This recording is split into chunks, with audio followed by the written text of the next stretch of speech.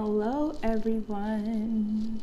So, Everyday Live November still in effect. And as you can see, I am still going strong. So, you all are holding me accountable by seeing the videos go up. So, even if you don't get to join when they're up, you see it here as proof recorded that I am holding up to the challenge. So, anyway, if you think there's things that I should talk about, let me know. Otherwise, I'm just going to speak on however I'm led to do so, however the Holy Ghost leads me to speak. Whatever's on my heart is what I'm going to share here. So, the title of this live today is what? Greater is here. Before I wanted to type greater is coming, but really greater is here. What do I mean by greater is here? I mean that no matter how low of a situation you may find yourself in now, no matter how low you may feel emotionally, mentally, or physically, that greater is accessible to you. Like, you may not have it right now in your hand. You may not feel better. Like, you may not feel like the depression is lifted just yet. You may not feel like your mobility is where it needs to be. But the fact that it's accessible to you means that it's here. So you have to claim it as here, as yours, as now. And surely you're going to walk into it.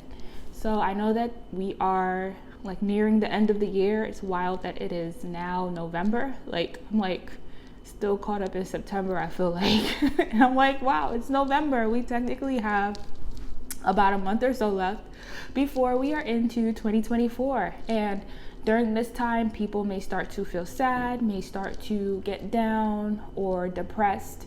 And I totally understand what that's like. So I'm not even just speaking as someone who encourages, who is just always sunny and positive and perky. I know what it feels like to struggle some days and to wonder when you will actually feel better.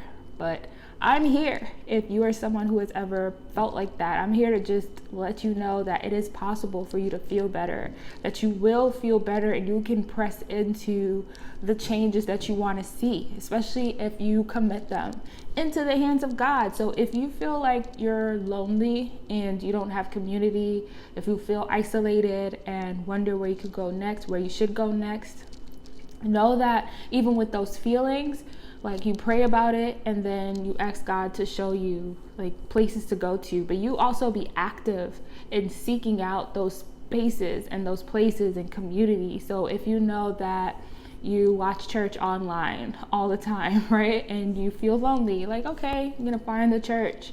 All right, and so you find a church and you're like, man, I need community. So if you go to a church and they don't have many opportunities to serve, find one that does. Find a church that has opportunities for you to be engaged and to be around other men or women, and that you'll be able to be engaged. And even if you don't go to different churches, find churches that do these events and go anyway. Just show up. Find things on Eventbrite.com. So go to Eventbrite, go to meetup.com and find all the events. You could start with free events and then like that pique your interest, and then you can find events that you're willing to pay for. They could be low cost, some higher cost.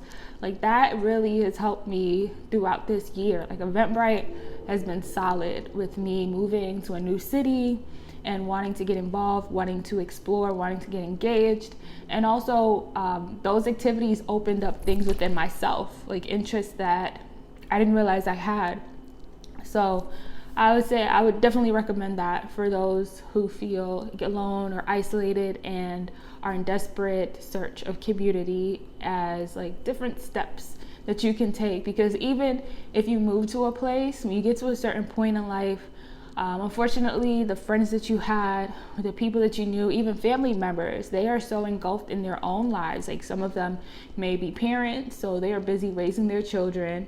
Some of them may have several jobs, so it's really hard for them to connect with you. So you just have to be brave and go out there and seek and find your community. And I believe as someone from experience, like, trust that it's already there for you and that God will order your steps to it. Because just a year ago, I was like, oh, where am I going to go? Like the few friends that I had that lived out here, they were always busy. We could never seem to like pin down a date to hang out, or it seemed like I was always reaching out and they weren't, or the other people that were available, you didn't really quite feel like they were your tribe and they had their own situation set up. So I felt like they had their own situation set up. So I just went out and I found spaces, and I'm so grateful that God is the one who has connected me to great people, great spaces, and good experiences. So even the experiences that feel like they're not so great, like God uses those to get you to greater and better experiences. So I'm just encouraging you and sharing those quick tips on how you can get out of the loneliness trap if you may be in that space, or the depression trap if you may be in that space, or maybe in like just feeling stuck and you need to just have a new experience. So those are some tips that you can follow to get yourself out of that rut. And now that it's getting colder, people may be more inclined to be inside. Don't be afraid to seek out online communities, but find things that you can meet in person. I know cafes are having some events that you could check out, like cozy cafes. So while you're eating, you can be checking out like poetry or listening to live music. There's so many things to do. And by doing these things, you are getting out of the rut that you may have been placed in, or that you may have been feeling. And another thing I notice is that sometimes when people have this perpetual state of feeling, so say like loneliness or depression or sadness, sometimes it becomes commonplace for people to practice those states of being. And by practice, I mean that they're almost rehearsing what that feeling would be like, or they become addicted to not feeling so great, that they sort of stay there, and it becomes this like very unhealthy, very toxic cycle of self-harm. So what I'm encouraging you to do today is to be intentional about breaking out of those habits. For myself, I can sometimes tend to like stay to myself a lot. I can sometimes tend to like do my own thing and explore, but I knew that I wanted to build community. So I became more intentional about seeking spaces where I'm able to talk and commune and communicate with people, some similar to me, some different, and I could really get used to being better at being in community and being just serving more and just being in communities. And sometimes it's not always about you just serving or using your ministry gifts, but sometimes it's just about being next to a fellow brother or sister or person, and allowing God to shine through you however he chooses to. But in the meantime, just getting back to that place where you're okay with being around people and you're not allowing social anxiety or social awkwardness to keep you stuck from the life that you really desire. So take these tips, and I probably will be doing more formal videos about this topic, because I believe that I've tapped into some tools that can really help. It can really help many people who are struggling, because this is a thing, the whole loneliness epidemic, like that's an epidemic, and social angst and social anxiety. Those are things that many of us are still working through after being locked up for 3 years almost, or 2 to 3 years almost. And some of us still feel like we're locked up. So I don't think we have to stay there. That's not God's intention for us, for sure. Everything that we really do desire, I believe that it's here and it's accessible for us. And by saying it's here, you're claiming it, and you are becoming more in alignment with those things and with that thing that you seek. So whatever it is, just be sure to commit it to God. And after you've committed it to God, know that it's there for you, whatever that thing is. Of course, it has to be something within God's will, something that is heavenly, in alignment with heaven.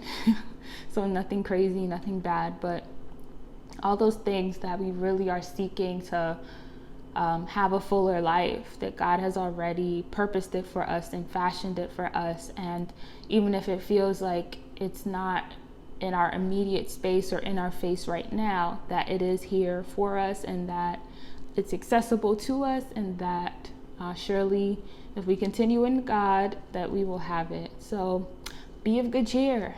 Know that whatever God has intention for you, whatever it is that is making you feel sad or down or stuck about, just know that the more that you are committing that thing to God and actively working your way through it.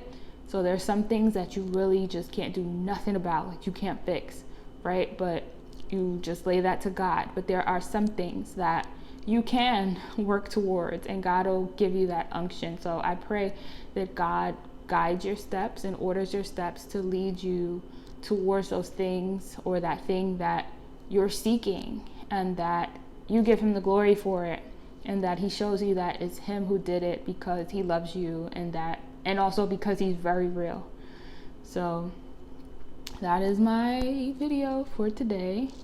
I hope that you are encouraged by it, and don't allow seasonal depression. Just fight your way through this thing, okay? Because you will make it on the other side. You will make it to the point where you are glad, where you have actually obtained all those things that you've ever wanted, and that you'll just be grateful and looking forward to the more that God has for you, the more life, the more goodness, the more experiences of God's amazingness and how he's writing your story. So stay encouraged and know that what God has for you is here. The blessing is here, all right? So claim it and rejoice. And I will talk to you tomorrow. Have a blessed night.